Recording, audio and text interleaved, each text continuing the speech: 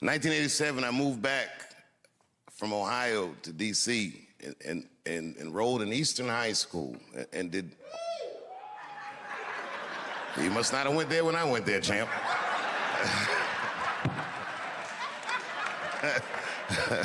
Those were tough times, is the way I remember it.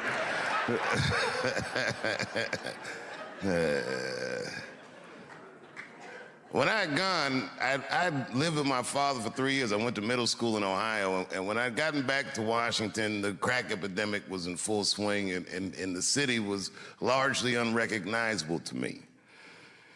I was an older kid, and kids my age were doing a lot of wild things that I didn't know that kids would do. I'd never seen a kid with a pager before. I didn't know anything about selling drugs or any of that shit. All I knew was every day when I went to Eastern, I didn't feel safe.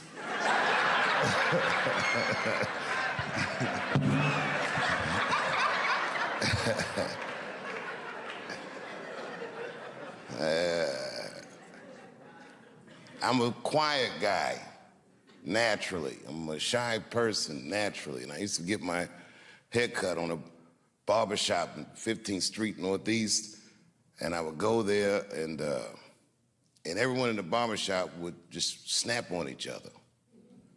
And I'd sit in the corner, and I'd watch everybody and just listen to all these jokes. The guys were funny as shit, but one day, after a few weeks of going there, getting my hair cut, they turned the jokes on me. I call that day the Barbershop Massacre. I lit everybody in that barbershop up. I've been sitting in there listening to for weeks talk about each other. I knew every inside joke about each and every one of them, and they couldn't believe I knew. And from then on,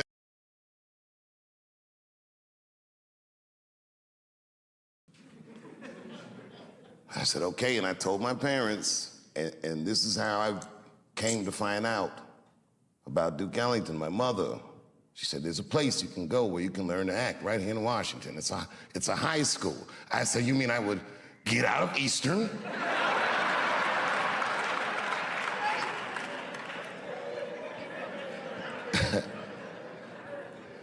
The school year was already in full swing, and Ellington has a policy that they don't let people just come in the middle of the year. But Linda Gravatt, who was the head of the theater department at the time, very graciously took a meeting with me and my mother, and I get emotional thinking about it. Anybody that went here,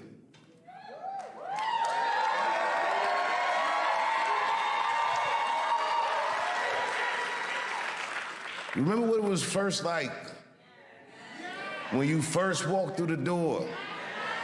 And it was in the afternoon, and everyone was in their arts classes, and the girls had tutus on, and everyone was weird and walking around the hallway like you weren't sure where anyone was supposed to be, and you could hear people practicing their horns and shit all through the hallways. There was art bouncing off the walls. The minute I walked through the door, there was a gallery of all these children's work, and these pictures were amazing.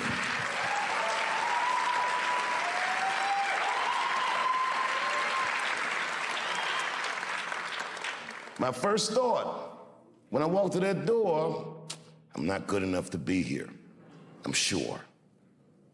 Miss Gravatt sat me down, she told me about the school, and you remember Miss Gravatt, she was very businesslike, but also very warm. She was intimidating, but palpably kind. She was a paradox of a human being. In first year theater, there's a question that they ask students from time to time. And it's a make or break question. And when you ask this question, you don't know. And the question is this. They say, why do you want to act? Now, if you say anything like, I want to be a star, you're not gonna get in. I didn't know that. And I figured I already blew the audition, so I told him the truth. He said, why do you want to act? I don't. That's what I said. And they said, well, then why are you here? I said, because I want to be a comedian, and some comedian told me that if I want to be a good comedian, I need to learn how to act. And teachers look at each other and go, thank you very much, and I left. and I was walking down the hallway kicking rocks.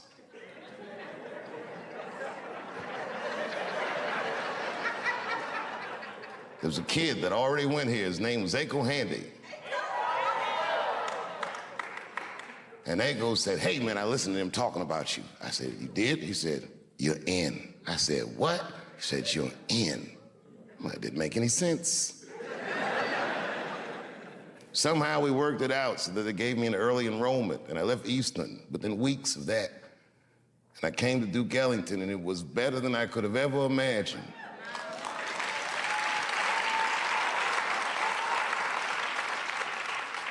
I didn't have the suspicion that most new kids get. I was an oddity, a new toy. I was quirky. I wasn't a snappy dresser. I didn't really know what the fuck was going on because the crack epidemic itself was new to me, and they were all refugees from their neighborhood schools.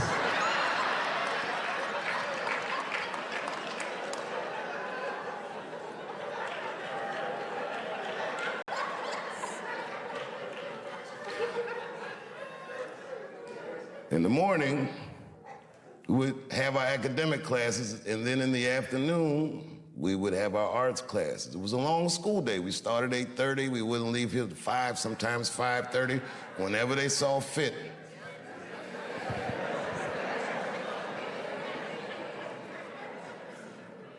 It's funny walking in here tonight, because I saw the pride flags up, and I remember when I came here all those years ago, it's the first time I'd ever met a kid who was just like gay. And was never strange to us. Their sexuality or their gender identity was the least remarkable thing about a person that could dance as well as Roger Bellamy or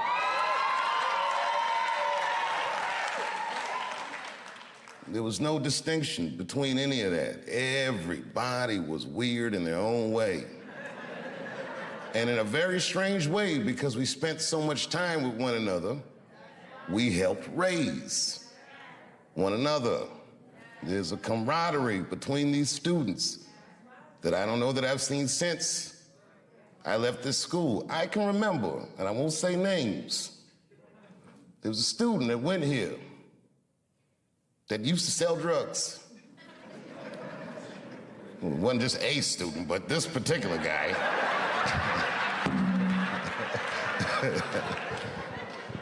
This particular guy did the cardinal no-no on the streets. He did what they call not making your roll, which meant that he got some drugs on consignment and he didn't pay whoever gave him the drugs back. And whoever gave him those drugs had declared, I'm gonna come to that school and I'm gonna kill you, he said. And my man was scared. And the word got around school that the Goons was coming.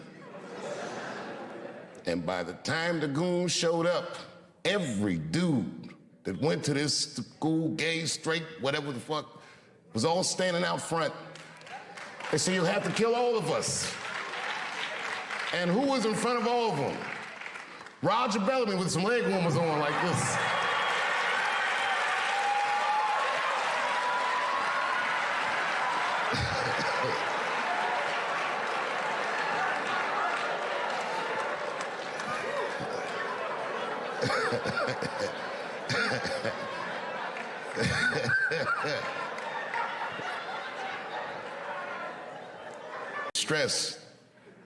The stress of a jury, and man, I never practiced. Because I didn't want to act. At an improv class, a teacher named Geraldine Gilstrap told me that I should stop doing funny pieces, that I should try to stretch myself artistically, that maybe I had more in me than comedy. And at the time, I took offense to that.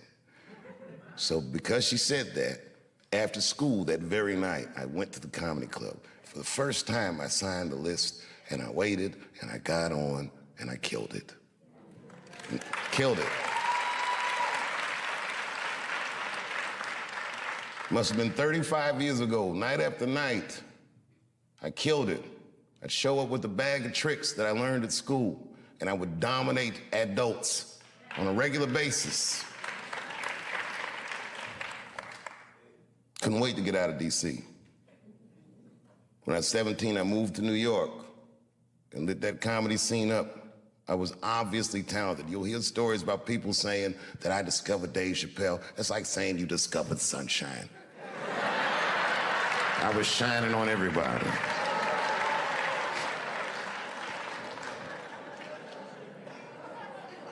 And when I got in that professional world, I was oddly prepared.